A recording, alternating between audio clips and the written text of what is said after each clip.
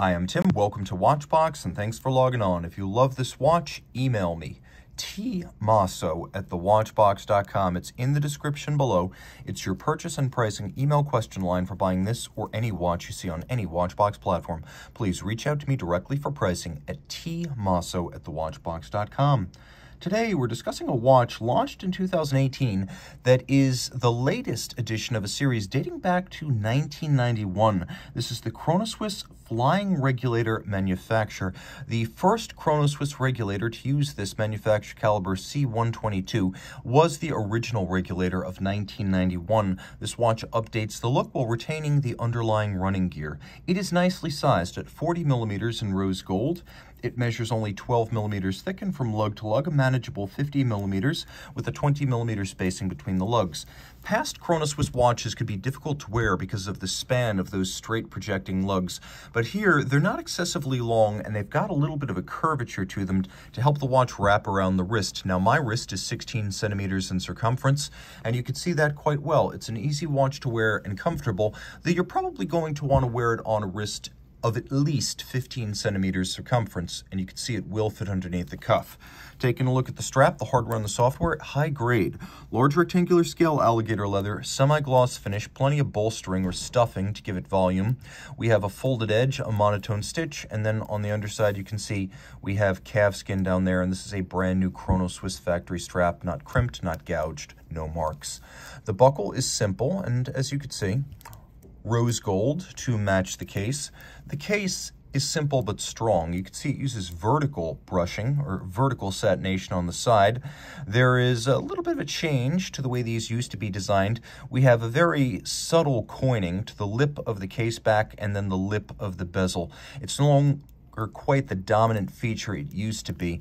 Once upon a time, the coining was a lot more overt and breguet-like. As you can see, we have an onion-style crown, also a traditional Chronoswiss element. Now, if you look at the side of the lugs, satinated vertically, but if you look at the tops, you can see they've been polished. And if you look closely on the side, you can see that a screw and a bar retains the strap on each side. This is a slightly more expensive but also more secure method of fixing a strap to a heavy and expensive watch. The bezel's polished and domed in profile, and when we get to the dial, you can see that it sits on a lush base of guilloche. All of this is galvanized black. We have rose gold brackets holding the center features of the flying regulator, and it's called the flying regulator because, as you can see, all of the features of the dial, they are regulator with a separation of seconds, minutes, and hours, but they fly over the dial base thanks to these little rose gold plated brackets. They are suspended over the dial to give a wonderful depth or the impression of flight.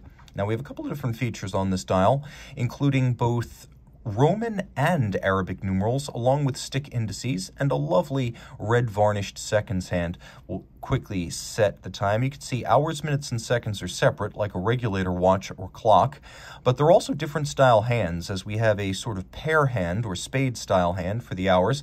We have assegai or spear style for the minutes, and then we have a counterweighted lancet style hand for the seconds. Now, turning the watch over, we can see the manufacturer movement C122. Now, this movement debuted back in 1991, and it followed Chronoswiss then under founder G.R. Long and their acquisition of a large new old stock collection of Einecar 165 parts. Now that's a old movement, an old automatic movement, and using a combination of purchased parts and original fabrications, they created the heavily Einecar based caliber C122. So it's an automatic winder. It has a 45-hour power reserve. It does not have hacking seconds. It pivots on 30 joules, and it beats away at 21,600 vibrations per hour. As you can see, it features a large base plate, the better to fill the case back. That's been extended, and all of this is water resistant down to 30 meters. You can see there's a combination of different mechanical finishes here, as we have engine turning or perlage, we have Côte de Genève or stripes, black polished screw heads, and then satination on the wheels. It's a good looking movement. You can see that it is distinctly vintage in its architecture.